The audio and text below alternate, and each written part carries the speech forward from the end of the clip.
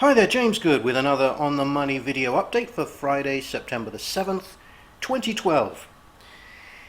Well, now that most stock indexes have broken decisively above their recent range and are pushing up to new highs or are nearly there in the case of the Dow Jones Industrials Index, bullish pundits are coming out of the woodwork, slapping their puffed up end-of-year targets on the table.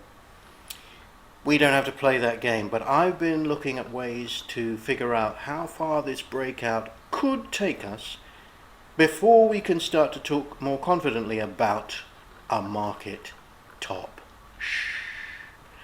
One of the most useful indicators I use is Bollinger Bands.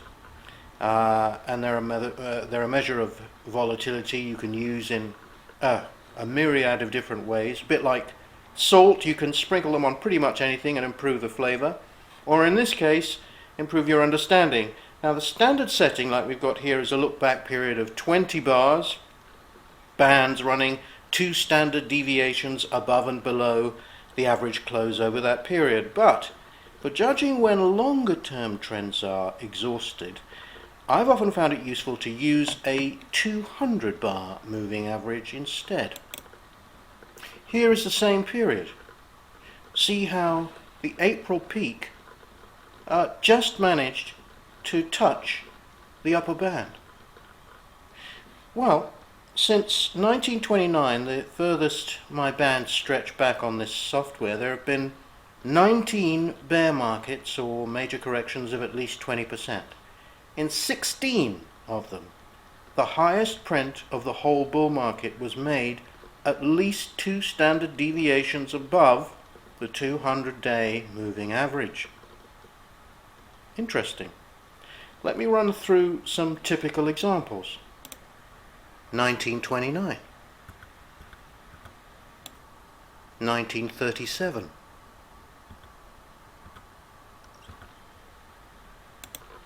1957, 1966, 1980 and 1981, 1987 of course, 2000 and 2007.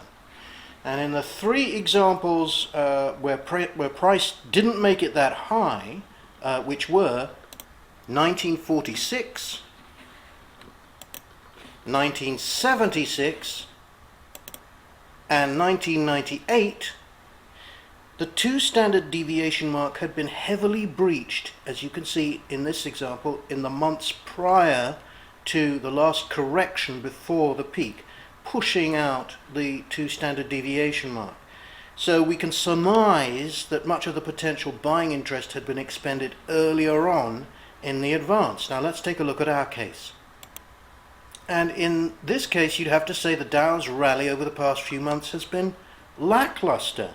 It did touch the upper band here, but there's been no passionate bout of stock buying as we saw in the run-up to the tops in 46, 76 and 98. So, especially in light of the market's belief that Europe's been rescued, Ben is about to release the QE3 Kraken, and it's full steam ahead, I think the bullish momentum now could easily lift the Dow another 300 or so points to tag the upper Bollinger Band here, which stands at 13,567, and that is where I would be inclined to stick a fork in it. Here is the Andrews pitchfork from my video a couple of weeks back. Now you'll remember I suggested that because this bull market had respected the structure of its boundaries so completely all the way up, with multiple touches at these levels, showing repeated support and resistance, and because stocks had finally dropped through the median line after failing to reach the upper boundary, the risk was it would now only have the strength to crawl back to the median line and kiss it goodnight from below. The confluence of these 2 barriers makes me think the Dow will rally to this double resistance somewhere between 13,550 and 13,700, and that will prove the moment of truth for this bull market.